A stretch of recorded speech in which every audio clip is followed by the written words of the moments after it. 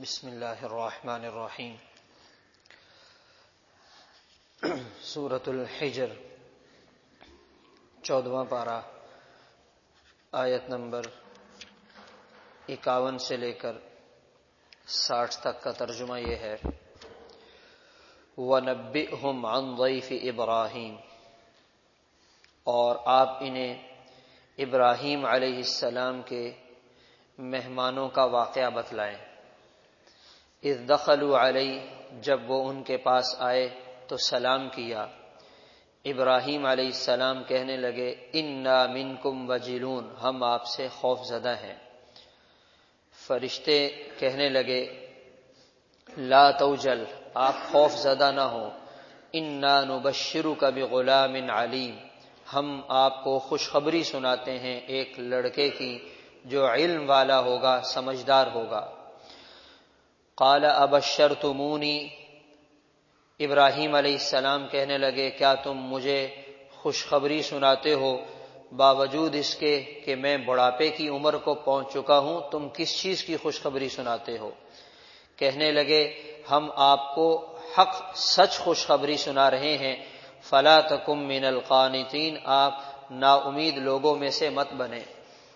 ابراہیم علیہ السلام کہنے لگے: اپنے رب کی رحمت سے کون نا امید ہو سکتا ہے سوائے ان لوگوں کے جو گمراہ ہوں۔ قال فما خطبکم ایھا المرسلون، ابراہیم علیہ السلام کہنے لگے: تمہارا کیا کام ہے اے بھیجے گئے فرشتوں؟ کہنے لگے: انا ارسلنا الی قوم مجرمین، ہم مجرم قوم کی طرف بھیجے گئے ہیں۔ الا آل لوط، سوائے حضرت لوط علیہ السلام کے گھر والوں کے۔ انا لمنجوہم اجمعین، ہم ان سب کو نجات دیں گے۔ الا امرأتہ، سوائے ان کی بیوی کے۔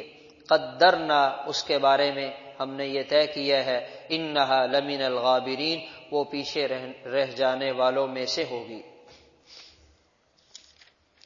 سیدنا ابراہیم علیہ السلام کے واقعے کا تذکرہ ہے۔ یہ اللہ تعالیٰ کے برگزیدہ پیغمبر ہیں، اولو العزم انبیاء میں سے ہیں۔ انہیں تمام انبیاء کا والد کہا جاتا ہے، اور ان کی نسل میں اللہ تعالیٰ نے بڑی تعداد میں انبیاء مبعوث فرمائے۔ ابراہیم علیہ السلام کی زندگی میں آزمائشیں اور امتحان بھی بہت آئے، اور انہوں نے ہر امتحان کو پاس کیا اور بڑے خوبصورتی کے ساتھ ہر امتحان میں پورے اترے۔ یہاں جس واقعے کا تذکرہ ہے وہ یہ ہے، فرشتے حضرت ابراہیم علیہ السلام کی خدمت میں حاضر ہوئے انسانی شکل میں، اور اللہ تعالیٰ نے فرشتوں کو یہ طاقت دی ہے کہ وہ انسانی شکل میں اپنا حلیہ بدل سکتے ہیں۔ جیسا کہ حضور پاک صلی اللہ علیہ وسلم کے پاس بھی جبریل علیہ السلام انسانی شکل میں آیا کرتے تھے۔ ایک دفعہ ایک صحابی کہتے ہیں کہ میں آپ سے ملنے کے لیے گھر سے نکلا تو میں نے راستے میں دیکھا آپ ایک آدمی کے ساتھ کھڑے ہوئے ہیں، تو میں رک گیا، انتظار کرنے لگا جب فارغ ہوں تو ملاقات کروں۔ وہ اتنی دیر کھڑا رہا کہ مجھے اکتاہٹ ہونے لگی اور پریشان ہونے لگا کہ اتنا زیادہ ٹائم لے لیا۔ پھر جب وہ صاحب چلے گئے تو میں آگے بڑھا، تو میں نے کہا: یا رسول اللہ، اس نے تو آپ کا بہت ٹائم لے لیا۔ تو آپ نے مجھ سے پوچھا: کیا تم نے اسے دیکھ لیا تھا؟ میں نے کہا: جی میں نے دیکھ لیا تھا۔ فرمایا: وہ جبریل علیہ السلام تھے، اور وہ پڑوسی کے حقوق کے بارے میں مجھے تلقین کر رہے تھے اور ہدایات دے رہے تھے۔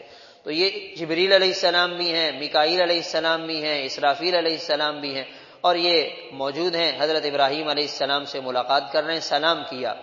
سلام جواب کے بعد یہاں اس کی تفصیل نہیں، ہم 12ویں پارے میں پڑھ چکے ہیں۔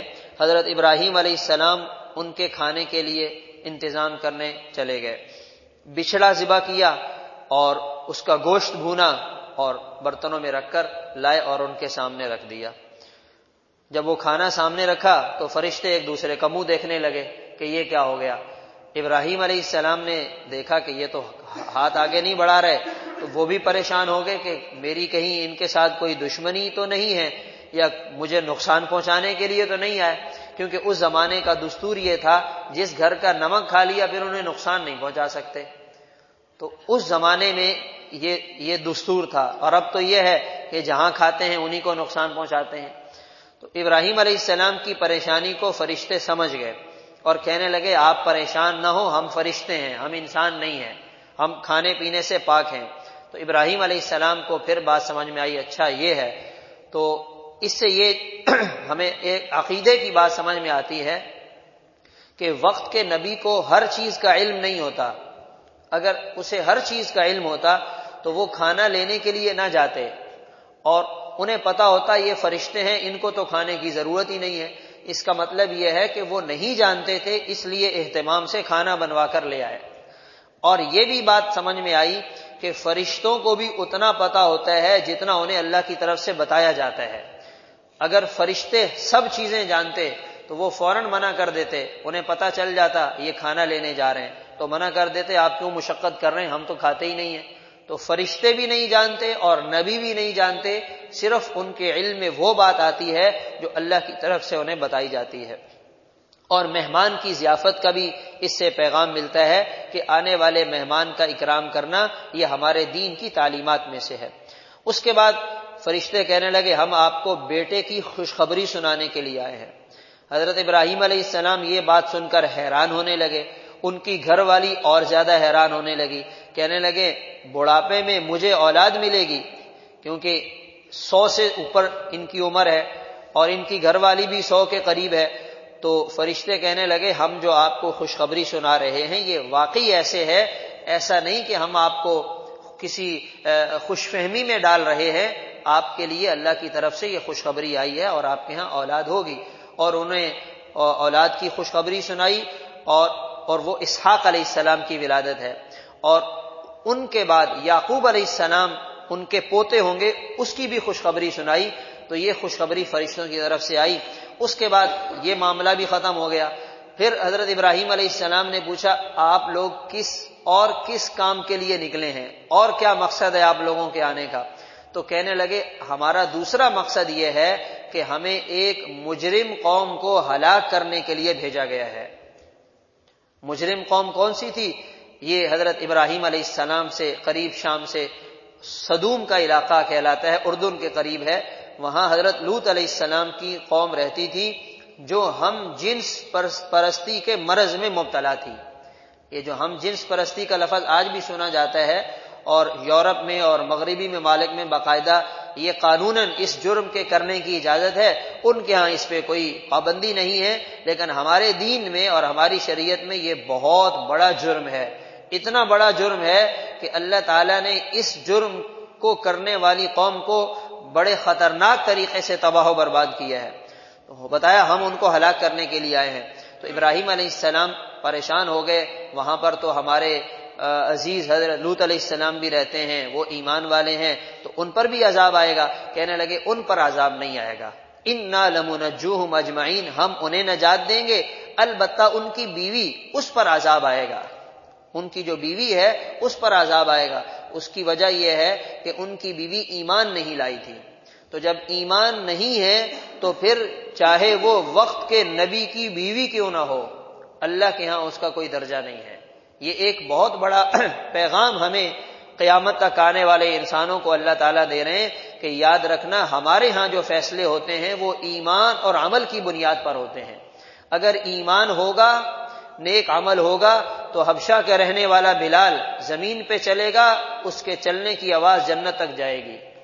اور اگر ایمان نہیں ہے، عمل نہیں ہے، وقت کے نبی خاتم الانبیاء محمد الرسول اللہ صلی اللہ علیہ وسلم کا چچا ہوگا، ابو لہب ہوگا، ہم اس کو قرآن میں بتائیں گے کہ یہ ہلاک و برباد ہو گیا، چاہے وہ قریشی ہے، چاہے وہ اونچے خاندان والا ایمانی جو نہیں ہے۔ تو اس لیے اللہ کے ہاں جو انسانوں کے بارے میں فیصلے کیے جاتے ہیں اس کی بنیاد ایمان ہے۔ ایمان اعمال کے ساتھ زندگی گزارنے والا ہے، وہ اللہ کے ہاں کامیاب سمجھا جاتا ہے۔ اور اگر ایمان نہیں ہے، چاہے وہ نبی کا رشتہ دار ہے، نبی کے گھر میں رہتا ہے، نبی کے گھر میں پیدا ہوا ہے، وہ اس کو کچھ بھی فائدہ نہیں دے سکتا۔ تو آج جو لوگوں نے اپنے اپنے خیالات بنا رکھے ہیں کہ ہمیں فلاں بچا لے گا، ہماری مدد کے لیے فلاں قبر میں آ جائے گا، اور ہمارا جو ہے وہ موت کے فرشتے کو فلاں سنبھال لے گا، یہ ساری کی ساری لوگوں کو غلط باتیں بتائی گئی ہیں۔ اگر آپ کے پاس ایمان اور عمل صالح ہے تو پھر الحمدللہ، اگر یہ نہیں ہے تو یہ جو غلط فہمی ذہن میں بیٹھائی ہوئی ہے، انسان کو اس سے نکل کر اپنی زندگی کو صحیح رخ پہ ڈالنا چاہیے۔ اللہ تعالیٰ عمل کی توفیق عطا فرمائے۔ اللہ